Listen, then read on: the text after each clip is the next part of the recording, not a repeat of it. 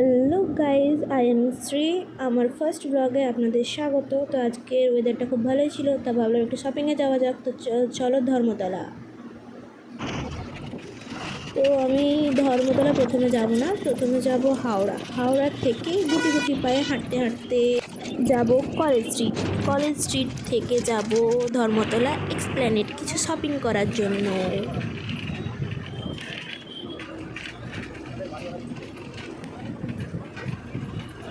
এখন আমরা আছি হাওড়ার ব্রিজে।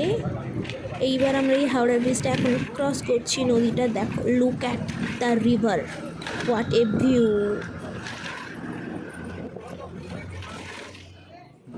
এখন আমরা হাঁটতে হাঁটতে যাচ্ছি কলেজ স্ট্রিটের দিকে। এই রাস্তায় একটা দোকান পড়লো, অনেক নাইটি টি শার্টও আছে, কিন্তু বেশিরভাগ দোকানই বন্ধ।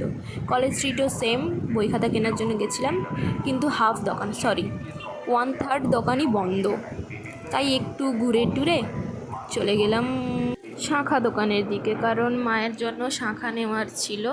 তো এই মোটা শাঁখাগুলোর দাম ছিল 2,500 থেকে 3,000 টাকা।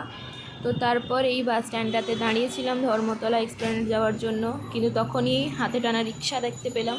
আমার অনেক দিনের শখ রিক্সাতে ওঠা। তো এক্সপ্ল্যানেড চলে এসেছি, সব দোকানই বন্ধ, তার মধ্যে কিছু কিছু দোকান খোলা আছে। তো তাই জন্য ঠিক মতো করে দোকানের সব ক্লিপ নিতে পারিনি। যেমন এখানে রাস্তায় ঢেলেই বিক্রি হচ্ছিল ব্যাগগুলো, কিন্তু ব্যাগগুলো একটু পছন্দ হয়নি। আর আমরা খুব তাড়াতাড়ি গেছিলাম, তাই জন্য কোনো দোকানই খোলেনি, এই সবে দোকানপাট খুলছে।